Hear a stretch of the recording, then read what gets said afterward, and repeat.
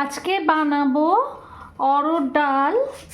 অরহর ডালটা একটু অন্যরকম করে বানাবো মেথি শাক দিয়ে। এর জন্য মেথি শাক কুচিয়ে রেখেছি, পেঁয়াজ কুচিয়ে রেখেছি, রসুন, শুকনো লঙ্কা সমস্ত কোচানো রয়েছে।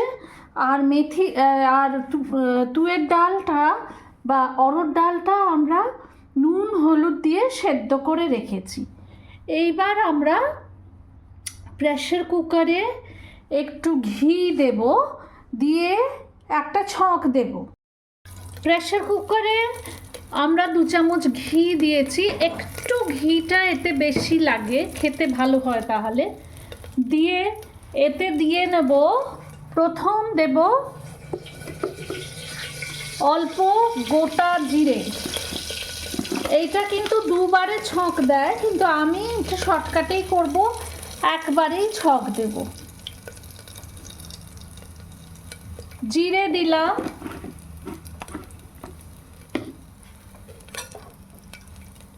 দিলাম শুকনো লঙ্কা,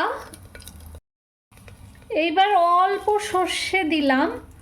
কারি পাত্তাও দিতে পারো এর মধ্যে, আমার কাছে কারি পাত্তা আছে, আমি একটু কারি পাত্তাও দেব। দিয়ে আমি পেঁয়াজটা দিয়ে দেব ভাজতে।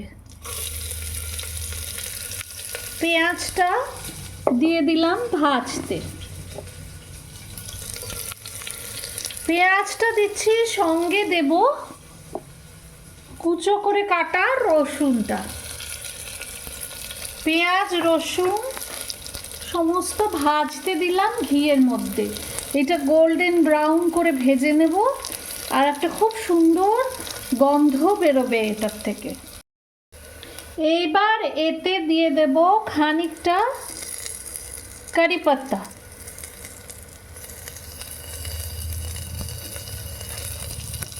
দিয়ে এটা একটু নেড়ে চেড়ে নেব। আমার কাছে টমেটো নেই, টমেটোটা দিলে ডালটা আরও সুস্বাদু হয় খেতে।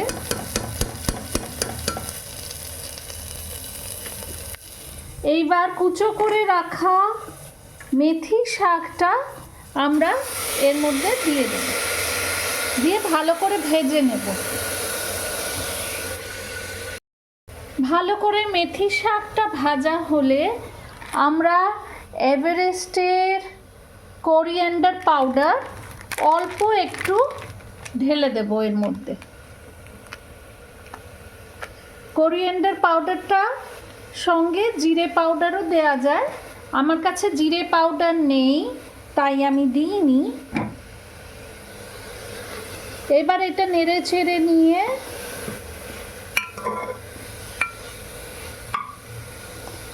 শাকটা মোটামুটি জল ছেড়ে দিয়েছে আর অল্প ভাজা হয়ে গেছে, আর একটু ভেজে নিয়ে আমরা ডালটা ছক দেব। আমাদের শাক ভাজা হয়ে গেছে, এবার এই বয়েল করা ডালটা আমরা এর মধ্যে দিয়ে দিলাম। দিয়ে এটা আমরা ভালো করে ফুটিয়ে নেব।